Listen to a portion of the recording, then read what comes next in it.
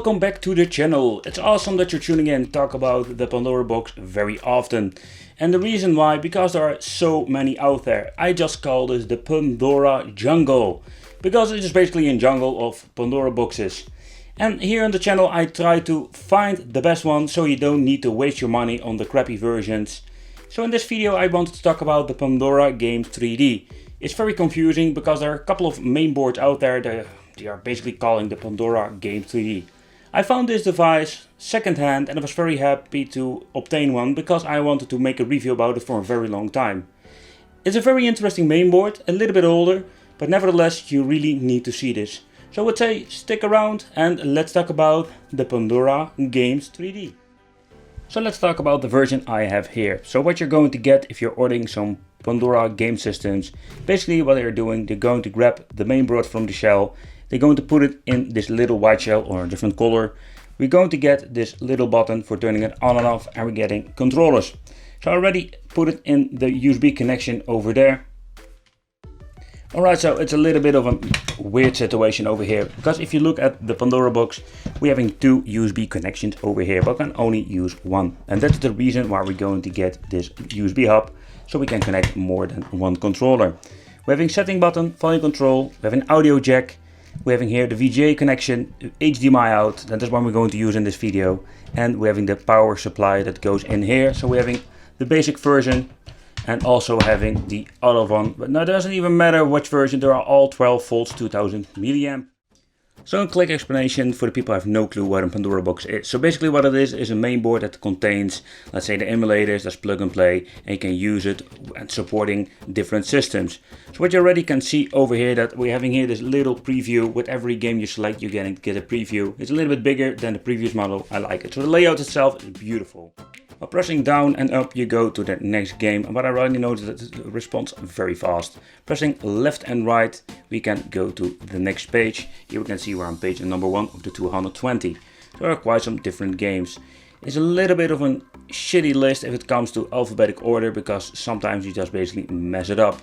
As you can see with the three-dimensional games, they give this a little different color in this version. Alright, when pressing the start button on the controller, we're going to get this very nice menu where you can search for your games and even have this little categorized system. So that's pretty nice. So I'm pressing, for example, some letters, it automatically goes here in the right list. We're having all of the different games. As you can see, we're having three-dimensional games like Mortal Kombat 4 for the PlayStation 1, and we're having main. So we're going to test some more out and just to see how they are running.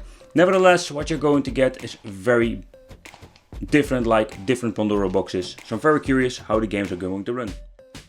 The menu doesn't support quick load, quick save. That's a little bit of a bummer if you look at the latest version of the Pandora box. So this is what you're going to get when pressing select within a game. But sadly there is a small minor problem. Because as you can see, I'm playing now with player 2. And I tried with different controllers, but it seems to be with this main board, the USB connection can only be used with player 2. So I picked this thing up like it is, and it's more like this, let's say it's a game system, but at the end it doesn't work because we can only play with player 2.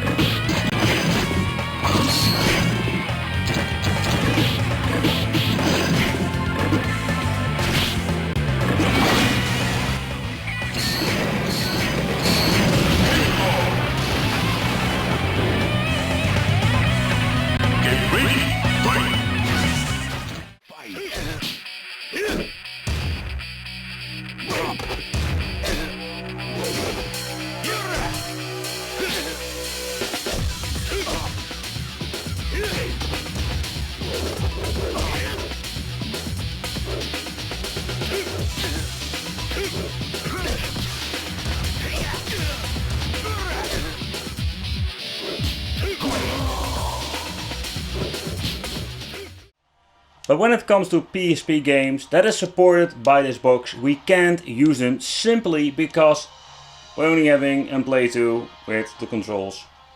Ugh. Get ready.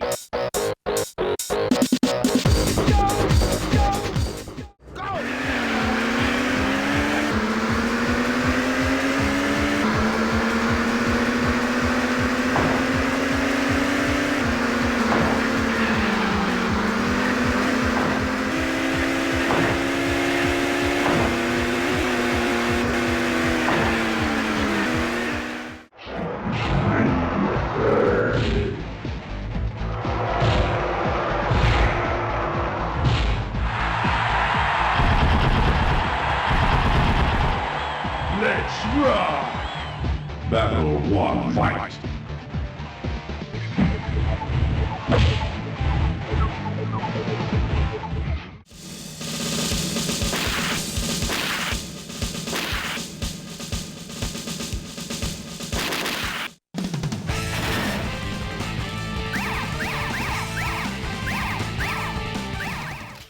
And sadly, if you want to play N64 with a controller, it's not possible, even with the 2-player mode. Beside that, the problem, it doesn't even respond. So, N64 is pretty unplayable if it comes to the controller function with this Pandora Game 3D. So with this version, we have some new options. For example, we can change the image optimization.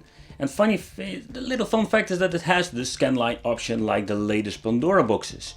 So strange that it does have this option if you look at the newest, and it is a little bit older version.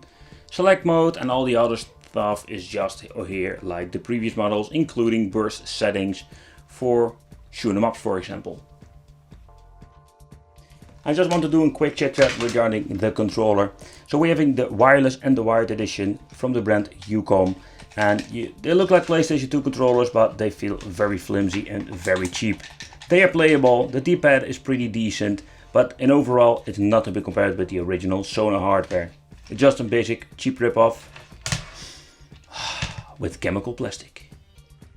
Alright, so let's take a close look at the mainboard itself, because there are quite some differences between the mainboard if it comes to the specifications, the chipset they are using, and even the little cooler, because this, I really like it. It got the copper cooler. If you look at different models, even the newer models have different fans. So the first generation were like freaking vacuum cleaners. They fixed it, so I'm very pleased with it. So let's do a removal of the little cooler. It's very easy to do. What you need to do is, I hope you can see it on the camera. You need to squeeze these little two things over here and push it outside. And when you're doing it right, you will pull it out, or you can pull them out. Let's see if I can. It's a little bit tricky. You need to use a lot of force sometimes, but at the end you're getting the point. Alright, when you're done, you can just pull it off. I'm going to clean it up. I will use some new cooling paste, because what I'm seeing is not very good and I need to clean it for the video. Alright, so this is very interesting at the start. So let's give you a little bit of a tour. What can we do with this mainboard? Because there are some little interesting things I don't see with other mainboards. Alright, so let's talk about specification and what are we going to get with this device and where it's running on, because it's quite interesting, to be honest. So let's talk about the chip itself. It's an AIMLogic S812 that has a quad-core CPU. The Mali 400 MP6 GPU that is running on 600 MHz is one of the fastest in this 8 series. But it's also very interesting that if you look at this chip and you're going to check Wikipedia, for example, you will see that this device is being used in Android. So in other words, this full mainboard runs on Android. Here we're having 4 chips. In total we're getting 4 GB of RAM. In this side we're finding a little 2 GB flash chip, and this contains the Android files, and that is the files we are needed for booting up the system. There is no way to modify it so far I know. So here we have the CF card. It's a 32 GB CF card. You can upgrade it if you want to up to 128 GB. But there's only one thing you need to consider. You can just basically copy paste and make a backup and increase your card. But the main problem I'm having with these cards, and because of this way they have created these meme boards, it's very hard to add games. There's only series 1 folder, that's the download folder, and it is a nightmare to add new games on this CF card. So at the end, they are using still, of course, old technology if you look at the new TV boxes. But it is not bad at all, it's quite powerful, a lot of RAM. This GPU itself is a little bit older, Mali 450 version, but still it's very powerful. And if you look how the games are running, it's not bad at all. So, and overall, it's a big improvement of all the older versions I've reviewed in the past. Alright, so the emulation of many of these games is not bad at all. And it's very surprising that we're having an old box that has so good performance. And I must be honest to you, I didn't see this Pandora game 3D that often. And I think that is the reason why it is very obscure and you don't find it, let's say, very easily on AliExpress, for example, or Amazon. But if you can find it and you find it in a normal Pandora box, I will make a review separately how it works. With the controller function, it's not a good idea. But if you hook it up to your arcade machine or you just buy a Pandora box Dual Arcade and you want to play with, let's say, 3 or 4 players, keep in mind that it's not possible. It will always see the controller like player 2. It doesn't even matter how you connect it. It doesn't even matter how many controllers you're going to connect. One USB port, and sadly only one supports the player 2 and no player 1. So basically a lot of games are unplayable, and it's a shame. So if you find this Pandora Games 3D, this version that I've shown you here in the video, with a controller, just avoid it and buy the full arcade stick, or just better said, buy the newest versions, because these are better with supporting of the controllers. There is no way of putting it in the settings like in player 1, player 2, there's nothing to do about it. So this is what you're going to get. But I thank you for watching, don't forget to subscribe to the channel and hit the little bell. And I will see you in the next video.